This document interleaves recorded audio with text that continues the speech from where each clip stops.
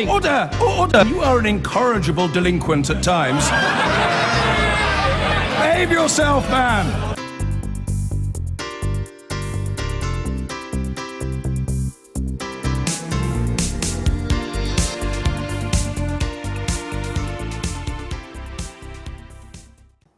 America has an estimated 11 million immigrants living illegally in the US, a number that has broadly stabilised in the last 5 years. For many, that number represents a problem to be solved. But within America, the phenomenon of sanctuary cities has grown up. Now, they represent around 36 or so cities that have turned a blind eye to those there illegally and refuse to deploy their own immigration enforcement officers to deport them. They offer, in other words, a kind of safe space to illegal immigrants. Donald Trump, who campaigned robustly against illegal immigration on the campaign trail, has made clear he intends to cancel all federal funding to these cities in a bid to crack their policy of offering that sanctuary.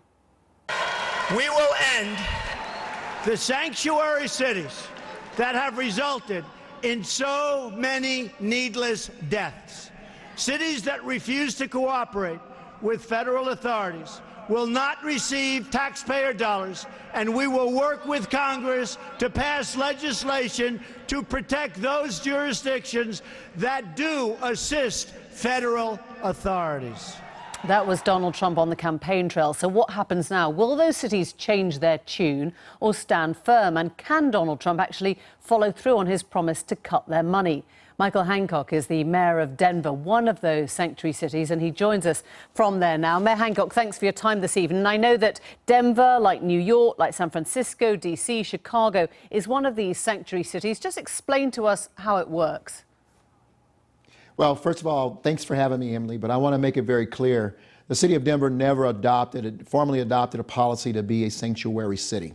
And, you know, it's pretty commonly known throughout the United States, there isn't really an understanding or precise definition of what a sanctuary city is. Some cities have stepped up, adopted policies. The city of Denver has never adopted a policy to be a sanctuary city. We consider ourselves an inclusive city, a city of opportunity, one that is welcoming, and one that will continue to follow the laws and enforce the federal immigration laws that we have on our books.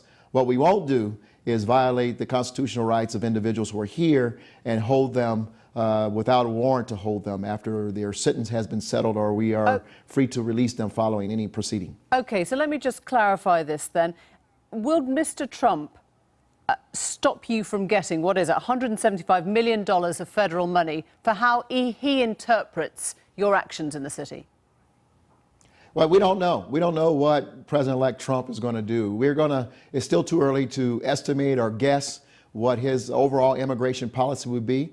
You know, as someone who has run for office and been elected, I know what it means to campaign on something and then ultimately get in office and have to govern. And the realities may shift, but the reality is Denver has never formally adopted a sanctuary city position, and we certainly do cooperate with the federal government with regards to immigration laws. So can I just clarify, you don't actually think he means what he says then? You don't think his rhetoric on immigration will ever come true? I think it's important to recognize that most cities follow the laws. Denver certainly follows the federal laws with regards to immigration. What we won't do is do the role of the job of ICE, our Immigration Control Enforcement Division.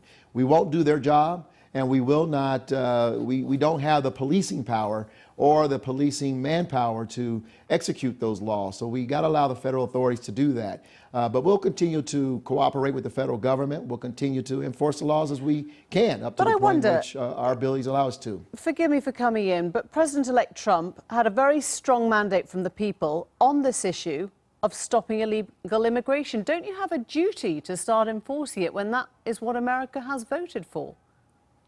It is not the city government's law to enforce, our role to enforce immigration laws. If we arrest someone for a violation of our city laws, we hold them accountable for those laws, and we will work with the federal agencies.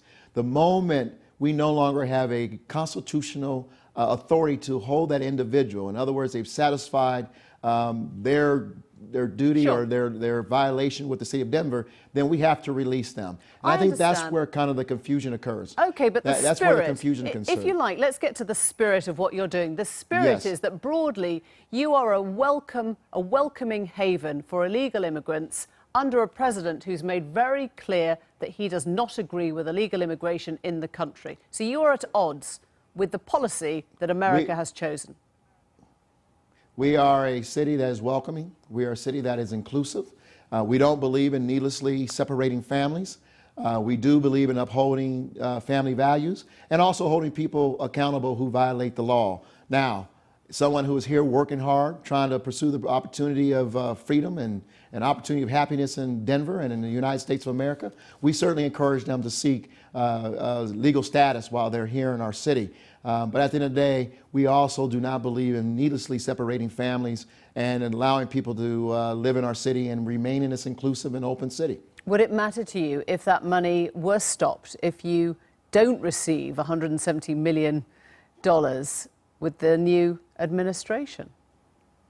Along with all other mayors across this country, we certainly hope and believe that it won't get to that point. It's our position and hope that we'll work very closely with the Trump administration to figure out how we can go forward and develop a comprehensive, sensible path to citizenship for all of our immigrants who are in this country, and to allow these folks to continue to be productive residents in our cities. We know that there is illegal immigrants in the city, but it's in our cities across the nation. But it is not sensible nor practical to think that we're going to deport 11 million people out of this country. And to recognize that many of these cities, including the city of Denver, have been thriving economically because of the hard-working dedication of people, including immigrants who are in our city, who have participated in the overall production of this great city of ours. So we believe that it's better to work closely with the Trump administration to find the right path forward.